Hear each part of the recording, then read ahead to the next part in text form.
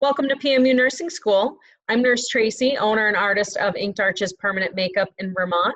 And in this lesson, I want to discuss hand washing and PPE, or personal protective equipment. The coronavirus pandemic is reminding us now more than ever the importance of washing our hands, not touching our face, and wearing a mask because it can literally save lives. When we wash our hands, we want to make sure we're washing our hands with lukewarm or cool water, because hot water can strip our skin of the naturally occurring oils that protect it. We want to wash our hands for at least 20 seconds with enough soap to lather our palms, backs of our hands, between our fingers, thumbs, and underneath our fingernails.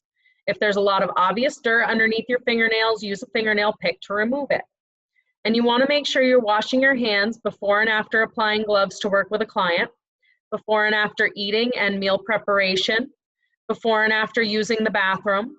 And I like to wash my hands after returning to my shop from using the bathroom, because you never know who hasn't washed their hands and touched the same handles as you.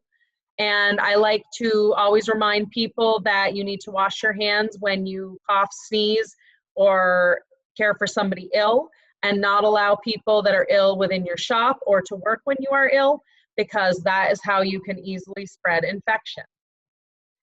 When you are rinsing your hands, a lot of people will turn off water to conserve it, but you want to make sure that you're not spreading dirty water around, because that can spread a source of infection around your shop on your equipment. And you want to make sure that you don't shake your hands vigorously to dry them, because that can spread dirty water around. You want to make sure you're using a disposable paper towel that immediately goes in the trash, because a reusable towel can sit in your shop and grow bacteria all day, and it's not sanitary. You want to make sure that you are moisturizing your chapped hands, because little cuts can get infected. And you want to make sure that you're using hand sanitizer correctly. If your hands are greasy or obviously soiled, you need to wash them. This is because hand sanitizer does not protect against C. diff, which is a diarrhea-like illness, or wash off pesticides, heavy chemicals, or parasites. Hand washing properly done for 20 seconds with soap and water can prevent 1 in 3 diarrhea-related illnesses and 1 in 5 respiratory infections. Again, the harmful metals and industrial chemicals that we use to clean our shops need to be washed off our skin properly with soap and water. Hand sanitizer is not enough, and you must always use gloves. So what's the right order of applying PPE, or personal protective equipment? Well, we used to have our gloves and masks sitting on our cart waiting for our client, but now we need to make sure that we always have our mask off when we get to our space, because if we are positive for the coronavirus and don't know it yet, we don't want to be breathing all over the tools that we're going to use on our client. We want to make sure that we have our mask on. And I like to adjust my mask so that I'm touching it as little as possible, because once my gloves go on, they should only touch my client or the tools that are touching my client. If you are touching things all over your shop, you are potentially touching things that could bring infection into your client's newly opened skin.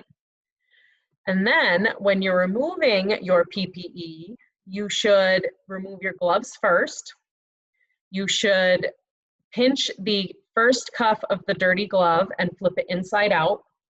Fall it into the second hand of the dirty glove and slide your finger underneath, flipping the glove inside out, where both gloves are now balled up and immediately disposed of in the trash. You then want to wash your hands, because you're not necessarily going to take your mask off yet until your client is gone. And you never know, the manufacturer cannot guarantee, of course, that the gloves don't have nicks that allow bloodborne pathogen underneath.